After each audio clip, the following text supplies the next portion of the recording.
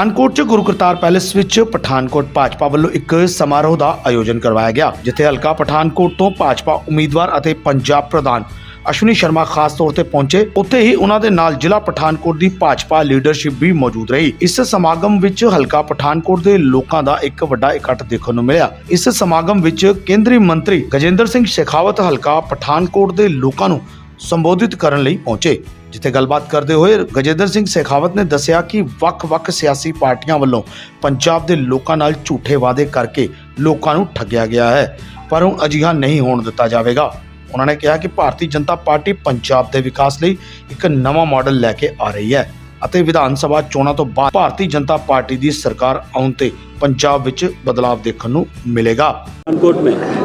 Bharatiya Janata party के समारोह के समर्थन में आज ये यशस्वी कार्यक्रम आयोजित किया, जिसमें पूरे क्षेत्र के सारे गणमान्य लोग, ऐसे सारे लोग जो अपने आप में एक संस्था हैं, वो सारे लोग एकत्रित आए हैं और भारतीय जनता पार्टी को समर्थन देना ऐसा उन्होंने सुनिश्चित किया है। मैं ये मानता हूँ कि आज पंजाब की यदि कोई आवश्यकता है तो जिस तरह से 2014 में भारतीय जनता पार्टी और नरेंद्र मोदी जिस तरह से देश की आवश्यकता थे लोकसभा के चुनाव 2014 के समय में, आज पंजाब की आवश्यकता भारतीय जनता पार्टी है। भारतीय जनता पार्टी नीति सरकार पंजाब में बने, आर्थिक रूप से खोखले हो रहे इस पंजाब को वापस आर्थिक रूप से हम प्रगति के पथ पर ला सकें। पंजाब में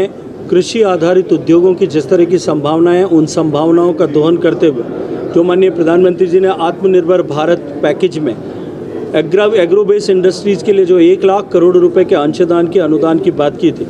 उस निवेश को यहाँ पंजाब में लाया जा सके। पंजाब में जिस तरह से इंडस्ट्रीज़ का ड्रेन आउट हो रहा है, क्योंकि पंजाब से छोड़ करके उद्योग और कल कारखाने जिस तरह से बाहर जा रहे हैं, वो कल कारखाने वापस पंजाब में लाए जा सकें, ऐसा इकोसिस्टम पंजाब में वापस स्थापित किया जा सके कि पंजाब में नए रोजगार जो है उद्योग धंधे लगें, ताकि पंजाब में रोजगार के अवसर बन सकें। पंजाब जो आज आतंकवाद की आग में पुनः धकेलने के जिस तरह के पंजाब को प्रयास किए जा रहे हैं, उनको रोकने की दृष्टि से काम हो सके और एक मजबूत इरादों के साथ में एक मजबूत सरकार और मजबूत प्रशासन पंजाब में आए, ताकि जिस तरह के माफिया राज, चाहे वो ड्रग माफिया है, चाहे वो गन माफिया है, चाहे वो रेती माफिया है और चाहे वो शराब माफिया है, वो सब माफिया जो यहाँ पंजाब में फैले हैं, इनका समाधान करने की अपेक्षा केवल भारतीय जनता पार्टी से की जा सकती है। क्योंकि ऐसी सरकार जो दिल्ली में खुद लिकर के शराब के जो है परोसने के लिए काम कर रही है और जिनके नेता की जो है वो फ़ोटो और वीडियो आप सबके चैनल्स में जो है नशे में झूमते हुए दिखाई दिए, उनसे नशा मुक्त पंजाब की उम्मीद करना बेमानी है। पंजाब का भविष्य यदि कोई बना सकती है, ऐसे मौके पर पंजाब में यदि किसी की आवश्यकता है तो वो भारतीय जनता पार्टी की है। नरेंद्र मोदी जी के नेतृत्व में हम सब इसके कुछ भी जो कोई भी चुनाव लड़ रहा है वो सब हमारे लिए प्रतिद्वंदी हैं। और मैं ये नहीं मानता कि आम आदमी पार्टी कोई बड़ा प्रतिद्वंदी है, लेकिन जिस तरह से वो प्रचार के माध्यम से अपने आप को प्रतिद्वंदी बनाने का कोशिश कर रहे हैं, दिखाने का प्रयास कर रहे हैं। पिछले चुनाव में संज्ञान लिया है और चीफ इलेक्शन कमीशन को, निर्वाचन आयोग को, इलेक्शन कमीशन को उसके लिए निर्देश किया है कि इसके बारे में उनको आकलन करना चाहिए। और मैं मानता हूँ कि इस तरह के झूठे नारे और दे करके, क्योंकि कांग्रेस पार्टी अगर झूठे नारे दे तो कोई नया विषय नहीं है, और आम आदमी पार्टी के नारों की हकीकत जो है और उनके जो दावों की हकीकत, जो उन्होंने घोषणाएं की, उनकी हकीकत अगर किसी को देखनी है तो दिल्ली में जाकर के देख लेना चाहिए। केवल चुनाव जीतने के लिए लोगों को भ्रमित करना और इस तरह के खोखले वादे करना, आधारहीन वादे करना। मैंने तो अभी अपने भाषण में भी कहा था कि सर्वाधिक कर्जे से जूझता हुआ प्रदेश, जिसकी सबसे कम ग्रोथ रेट है, वो प्रदेश में इस तरह के आकर के वादे करना, मुझे लगता है कि ये प्रदेश और प्रदेश की जनता और उसके भविष्य के साथ में धोखा करना है। पार्टी के सामने जो कोई भी चुनाव लड़ रहा है वो सब हमारे लिए प्रतिद्वंदी हैं। और मैं ये नहीं मानता कि आम आदमी पार्टी कोई बड़ा प्रतिद्वंदी है, लेकिन जिस तरह से वो प्रचार के माध्यम से अपने आप को प्रतिद्वंदी बनाने का कोशिश कर रहे हैं, दिखाने का प्रयास कर रहे हैं। पिछले चुनाव में भी उन्होंने इसी तरह का एक पिक्चर पोर्ट्रे करने का काम किया था। आप मीडिया के साथियों के जो सर्वे थे उसमें भी शायद 80, 90 और 100 तक सीटें दिखाई दे रही थी, लेकिन पंजाब की जनता ने उनको नकार दिया था। एक बार फिर पंजाब की जनता उनको नकार रूप से देश के किसान, देश की कृषि क्षेत्र के भले के लिए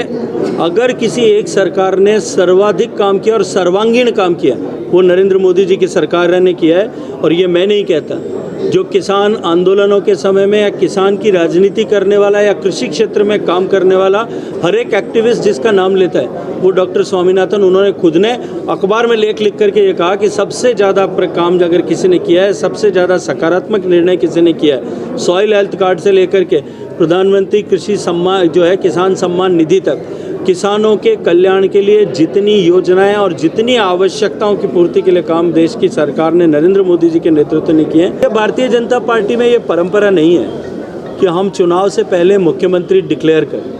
भारतीय जनता पार्टी जहां पहली बार चुनाव लड़ती है, सरकार बनाने के लिए लंबे अंतराल के बाद में चुनाव लड़ती है,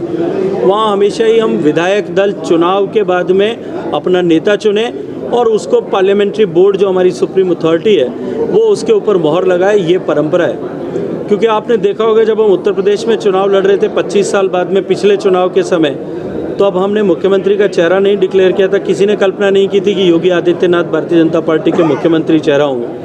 महाराष्ट्र में जब हमने गठबंधन शिवसेना का 25 साल का टूट जाने के बाद में जब पहली बार चुनाव लड़ा था, तब देवेंद्र फडणवीस हमारे मुख्यमंत्री होंगे ये कहीं घोषित नहीं था। इसलिए भारतीय जनता पार्टी में ये परंपरा नहीं है और हम अपनी परंपरा के साथ में नरेंद्र मोदी जी के चेहरे पर उनको सामने रख करके हम प्रदेश की जनता से भारतीय जनता पार्टी के पक्ष में मतदान करने के लिए काम करें।